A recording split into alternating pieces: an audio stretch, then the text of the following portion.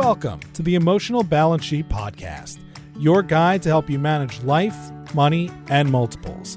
Each episode, host Paul Fenner, Tama Capital's president and founder, and the proud parent of 4 amazing children, including 1 set of triplets, will provide insights on successfully sustaining an active lifestyle, career, and family through comprehensive wealth management strategies, financial education, and lifestyle planning, specific to parents raising twins, triplets, and more. Learn more, subscribe to the show, or connect with Paul at tamacapital.com. This podcast is for informational purposes only and should not be relied upon for investment decisions. Clients of TAMA may retain positions in the securities discussed in this podcast. Have you ever wondered how to make realistic goals that you can achieve? Maybe a goal guru could help. After making her own career pivot, which turned into a career identity crisis, Meg Wagner launched her coaching and consulting practice, The Goal Guru, a firm that helps you define your work, align your life, and design your future. While there is a strong emphasis on outcomes and setting goals, Meg stresses the essential element of paying attention to your feelings of what you want to achieve. You should gain clarity around your goals and the process of how to achieve them versus solely the outcome. Specifically, in working with parents, Meg emphasizes that parents need to be kinder to themselves first, that we should start with even smaller goals and ensure we are giving ourselves time to make time for us. And depending upon what stage of life we may be in, developing and categorizing goals by the roles we live, such as career, parent, and personal. Please enjoy my conversation with Meg Wagner. Meg Wagner, welcome to the Emotional Balance Sheet Podcast. I'm really excited to have you on today to talk about your unique specialty of being a goal guru, because in the world of lifestyle and financial planning, goals rule the world, it seems like. So I'm excited to have you on and have this conversation. Thank you so much. I'm so excited for being here. Thank you for having me. So I think the best area to start with is just to talk a little bit about your background, who you are, and how you started the Goal Guru. Sure. So broadly, I am a leadership, lifestyle, and team development coach. I go by the Goal Guru. I help people set really big, ambitious goals and create the plans that they use to achieve them. Broadly, I got into that because goals were the way I got out of doing shoulds, living for the things I should be living for in my life. They were kind of the lifeline that helped me get out of my own way, out of my own messes. And they're really the tool that I use to help people gain clarity and bring a sense of intention to their lives. Goals tend to be something people think of as kind of dry and boring or overbearing, which are all misconceptions as far as I'm concerned. But for me, I started out as a book editor, and as much as I love books and I love publishing, that was a career path just kind of fraught with shoulds. There was specific steps you had to follow and specific things you had to get done, and I was checking them all off and not getting anywhere. And I was super, super frustrated. And when I had to make that pivot, just to be able to make progress, I had to pivot out of that career. It really brought me an identity crisis that, was painful, but gave me a lot of tools to help people going through similar transitions, making similar changes. Making changes to your career can often mean making changes to your identity. We kind of conflate our identity and our careers all together. And I kind of came away from that experience with just a lot of tools not just a lot of tools to help manage that transition, but also a real passion for finding and creating them. So one example is my fiance and I met around the time I was having this big transition. And one of the tools he actually started using with me was I could rant about as much as I hated every day. But at the end of the rant, I had to name 3 things I liked or was grateful for. And I still use that practice kind of to this day. I use it with my clients and I use it with myself. So kind of all of that aside. But basically going through that kind of transition firsthand. And then I landed in a team that was a bunch of people, around me going through similar transitions, they were trying to get raises and title bumps, and they were trying to figure out where their careers were going. And I just kind of was in that space, and I had all of these tools for people. And one day I looked around and I was doing more coaching than my actual job. And I was like, it's probably time to make a change. So that you hit on a really interesting point, because I think for many of us, our identities, for better or worse, are really tied up in our career and what we do. I know that was definitely me when I had a corporate career before I started TAMA. And now today, like, obviously TAMA is my fifth child, if you will, after my triplets plus one. So my identity is obviously wrapped up in that.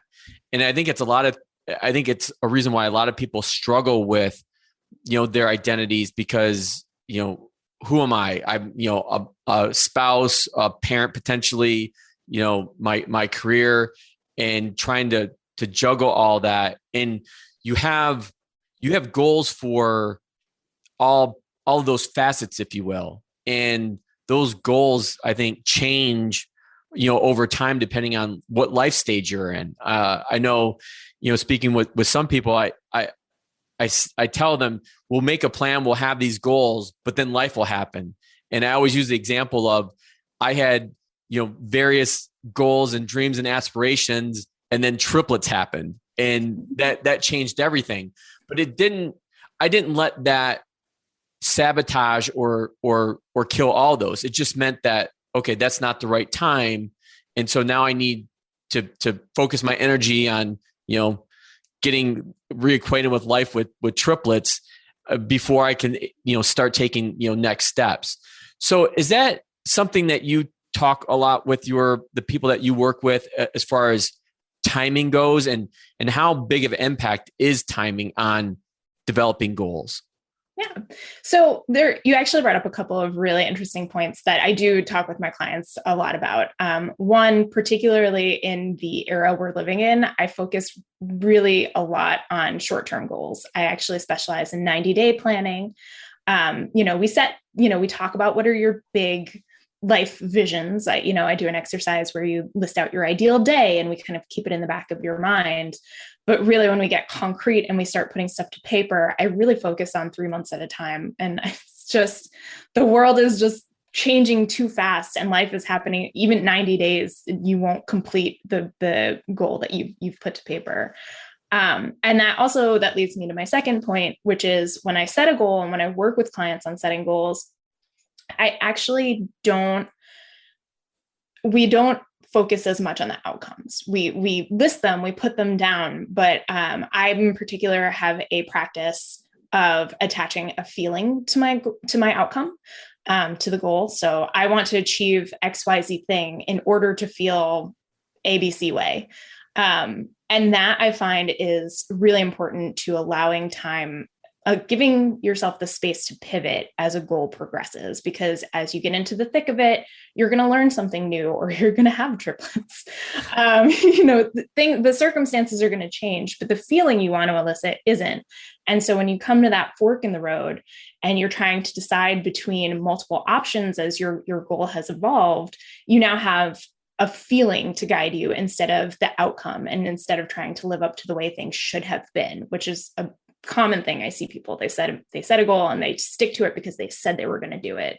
And they end up really unhappy because it's not achieving the feeling they wanted. So you mentioned, and I'm a big proponent of that, because when a lot of the times working with families, we're looking at, really long-term goals like retirement, obviously planning for college, but it's the little things, the small steps, the process, if you will, along the way that gets them from, starting saving today to having $1 million in the bank in 30 years, or, having enough to pay for, a child's education, 14 years down the road. And so talk to us about how you really get people to focus on that process in that short term, because I think we can all be distracted by the bigger term or the big picture. And that, to your point, that picture is always evolving. Like I tell clients, like, when we put together our initial plan, I tell them, I guarantee there's not many things I can guarantee as a financial advisor, but I can guarantee you this. It's either in 6, 12, 18, 24 months, whatever it may be, this plan is not going to be right. Things are going to change in your life. A job's going to happen. Babies are going to, happen.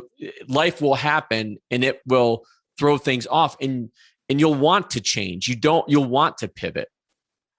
Yeah. So for me, the clarity of goals, like I said, isn't about the outcomes so much as the way you want to feel and the way you want to be in the world. And so for me, there's a couple of spaces I focus on with my clients in helping them drill down on how to have a more short-term focus and kind of get into some of the nitty-gritty, even of these really overwhelming goals. One of them is simply to budget time.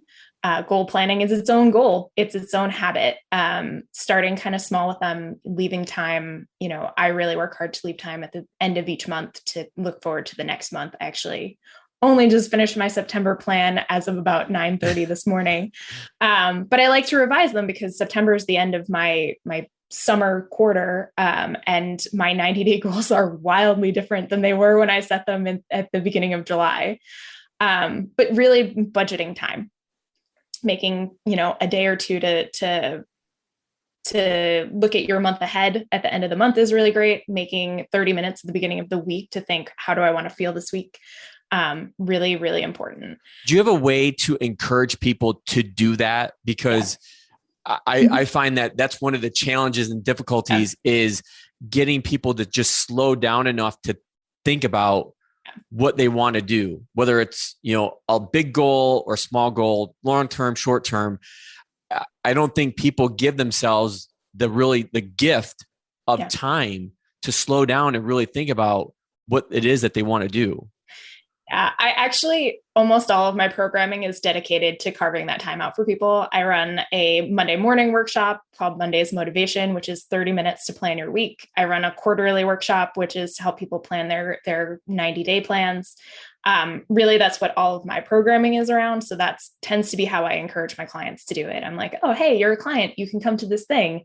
And I make it bonuses. When it's just kind of me, I tend to think of it, some of it's just mentality and some of it's just building a habit, right? So giving yourself time is a foundational habit along the lines of sleep. And I tend to think of sleep and space as my two most necessary foundational elements of being able to stay sane and balanced. But I would say if you're, just start small. It doesn't have to be a whole day. Really just, and that's how every goal kind of starts, is thinking, what are your next best steps? What are your smallest steps that you can take? So even if you don't come to a workshop or sign up for something, what's something you can do 5 minutes on Monday morning? What's something you can do 5 minutes before in 5-minute increments, just to think through, like, how do I want to feel today? Or what is really the most important thing for me today? Budgeting 5 or 10 minutes in a day really can make a much bigger difference than, putting aside a whole day once a month or putting aside a week once a quarter. Just small increments and really being gentle with yourself if you miss things. So you probably have mentioned the word habits multiple times now during a conversation. So I'm going to go on a limb and say you're probably a big James Clear fan.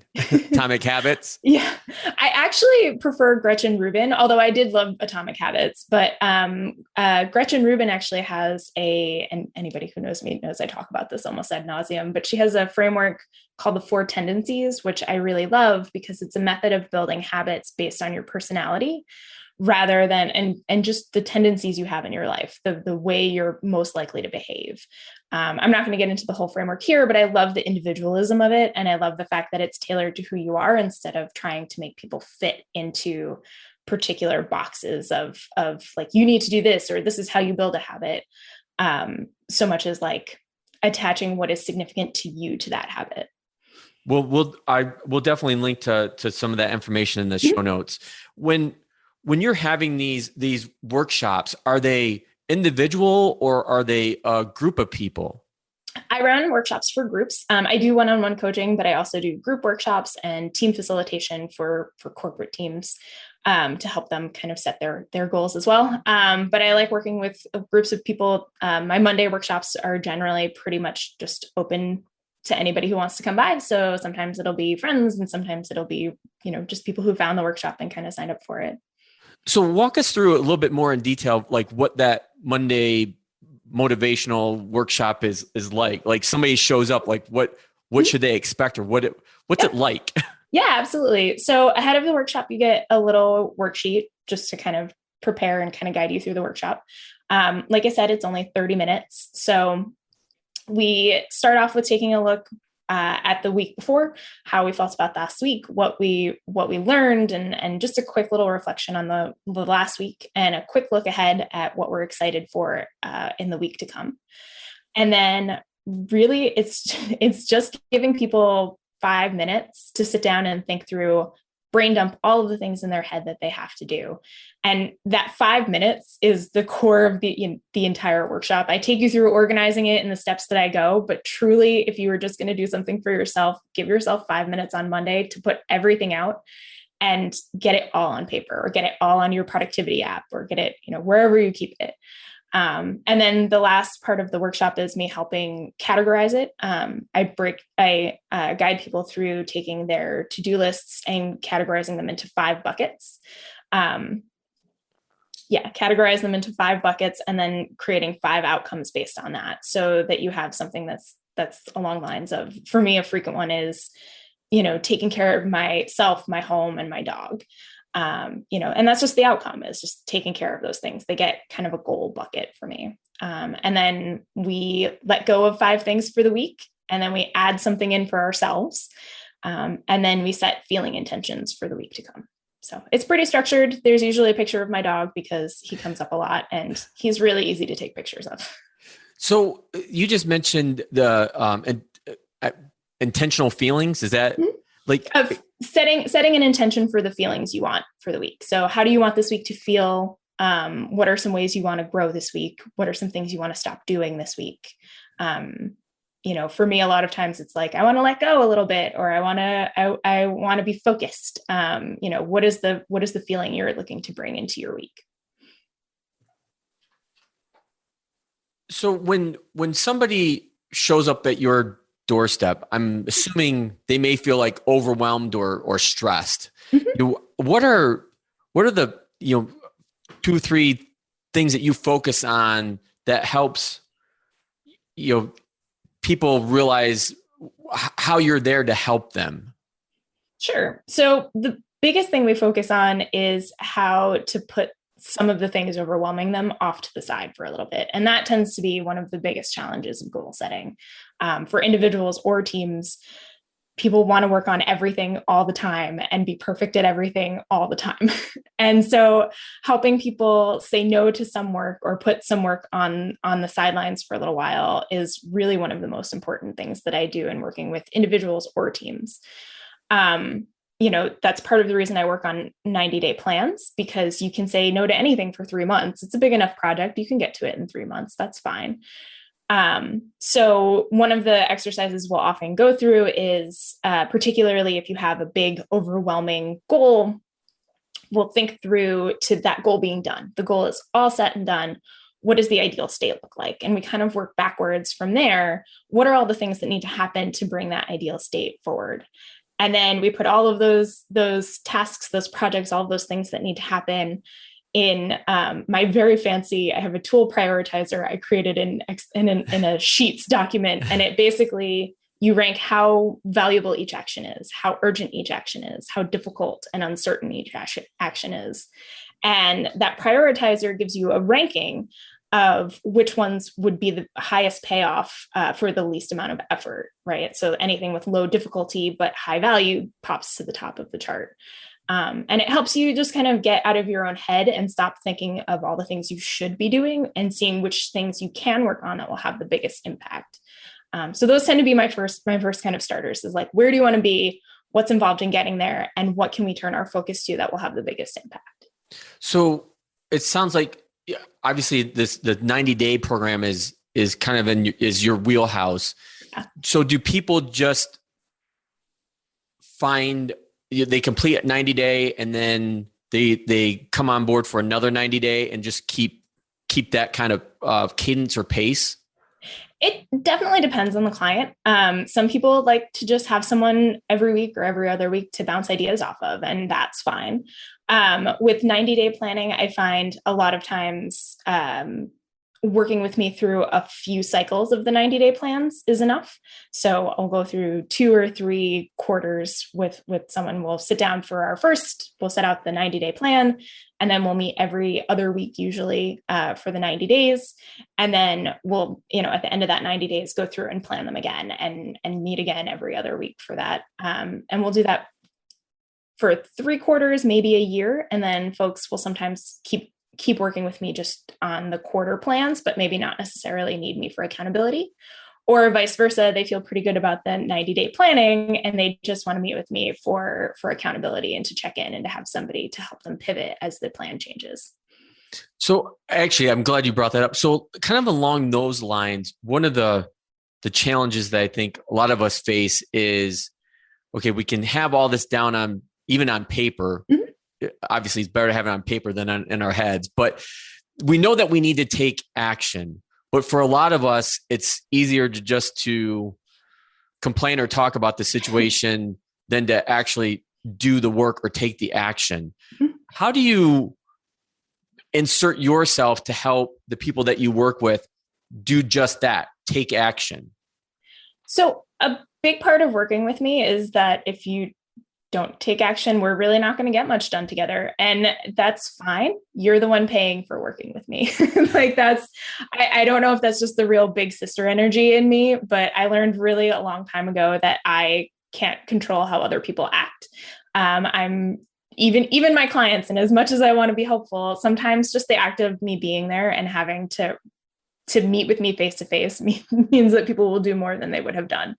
It's a little like having your training session with your personal trainer on the calendar, right? Is just having it there means that you're going to fulfill that expectation. But most of the time, my ideal clients are ready to be working and ready to be taking action, and they're sick of complaining. So I don't really feel like I have to do a lot with people to help prompt them to get things done so much as helping them facilitate the action they want to take. So a lot of folks will actually, want a new morning routine, or they want to make sure they have time for planning at the beginning of the week. And we strategize on ways they can make that easier for themselves. And sometimes my whole first package won't be working with someone on their 90-day plan. It will be just building in the habits they need to actually be taking the actions that they want to, and kind of adjusting their lives and tweaking it a little bit at a time. So we'll meet every other week and concoct a hypothesis and an experiment for, well, this is hard because of XYZ. What can I do to make that easier? And they'll come up with an idea and we'll implement it and check back in 2 weeks to see how it went. Was it easy? And approach the whole kind of process with curiosity rather than self-judgment. That's a really good point that you made about people need to be ready. Yeah. And I was having a conversation episode, I think it's going to be 43 with Mimi Bishop and Jackie Gadine about being ready to take action. So with the work that you do, people show up for the most part ready to do that work. They're tired of beating themselves up. Usually, yeah. And some folks have worked with me and decided not to keep working with me either because they feel like they want to do work and they're on their own path, or because they don't want to do the work and they're not happy showing up to tell me they haven't done the work every week. And that tends to not kind of be our ideal working situation. By the time someone is coming to work with me, they're ready to make a change. Okay. So a lot of people that listen to our show are parents. Mm-hmm. So they're trying to juggle like multiple, financial and lifestyle priorities. Mm-hmm. Talk to us or walk us through maybe an example of, a client that you work with that's in parent, or that is a parent in parenthood, that's dealing with all these different things. Do you go about that in a different way, or are there other ways that you focus on helping parents deal with everything that they're dealing with? Sure. Well, my first strategy for working with parents is to start encouraging being gentle with yourself early, because I find parents are the hardest people on themselves. I'm notoriously bad at that. I would definitely check that box. Yeah, people with kids tend to be very hard on themselves because you want to be the best you can be for your kids, and that's a lot of pressure to put on yourself. Most of my clients with kids feel that pressure on top of the pressure to be perfect at work, and on top of the pressure to be, smart, healthy, growing adults who are contributing to society. There are all these visions of perfection we carry around in ourselves. We carry in our heads all of these different ideals of the different people we are and should be. And for parents, I find that component is compounded in part because they have these little beings that they are trying to be good examples for, and also make sure get to adulthood alive and stable and healthy and growing. And that's a lot of pressure. So usually the first thing with parents that I go through is like, okay, how can we be nicer to yourself this week? I also start a little bit smaller with goals. Instead of trying to tackle your biggest goals immediately, we really, particularly with parents, really drill down on what the schedule is and how you can make time for yourself. That schedule approach works for a lot of clients, but it's particularly important for parents just because none of these things work if you don't have the time to do them. And parents are the least likely to have time. So we focus on how can we make small pockets for you? How can we make time for you to breathe? So a lot of my parent clients, we start off with just sleep. Like, how does sleep fit into your schedule? That's it. That's the first goal we work on. It's just, when are you getting to bed? When are you getting up? And when is your quiet time during the day? So that tends to be kind of my biggest first approach. And from there, we start working through the different goals and ideals each person kind of has and carries with them. So I'll work, again, with any client, but particularly with parents, to identify what are the personas that are important to you? What are the roles in your life that are really important to you to fulfill? And then maybe once we kind of get up to the point of making a quarterly goal, we'll pick 3 of them to make a goal for. So your parental role, your self-care role, and your role at work, or your family role and your role at work and your role caring for yourself, or some kind of mix of the above. And we'll start setting goals that way. And again, it's about building the habit of creating goals and setting intentions. I want to grow as a parent in this way in the next 90 days. How can I do that? What are the things that are involved in that? Is it just being more attuned when I'm picking them up from school, or is it some other kind of action that I really want to be taking and am not making the time for? Very good. So I know I only have you for a finite period of time, and typically I ask what the best thing about being a parent is. And I know you're not a parent yet, maybe. So I will pivot that question and ask, what is the kindest thing that anyone has done for you? So I'm going to preface this with, my fiance is one of the kindest people I know. And good reason to marry him. It is. It's really far up there. And, so he's very much who came to mind when I thought about this question. But this could be one example of any number of things, but he is a problem solver. He fixes things somehow, no matter how dire or weird things look. And once upon a time, I had a roommate moving in, and she had no bed, and I was at work all day, and we had this complete kerfuffle with like her flight, and everything was a complete mess. And I remember he left work in the middle of the day to go get the air mattress we needed, to get all of the stuff we needed. He gave up his whole day to make sure this thing didn't derail mine. And I know that's just one of many examples of when he's put aside whatever he is working on to come to the rescue for something that completely blindsided me. Well, that I think is an incredible way to wrap up our conversation. Meg, I really appreciate you being on the show today. And I think that our audience is going to take a lot of key tactics away from how to develop goals, and especially to focus on the short term rather than the long term. Thank you so much for having me. It's been so great. I hope everyone found something they can take away. Thanks, Meg. Thank you for listening to this episode of the Emotional Balance Sheet Podcast. Please visit tamacapital.com to subscribe to this podcast or to connect with certified financial planner and registered investment advisor Paul Fenner of Tama Capital. And please join us again next time on the Emotional Balance Sheet Podcast.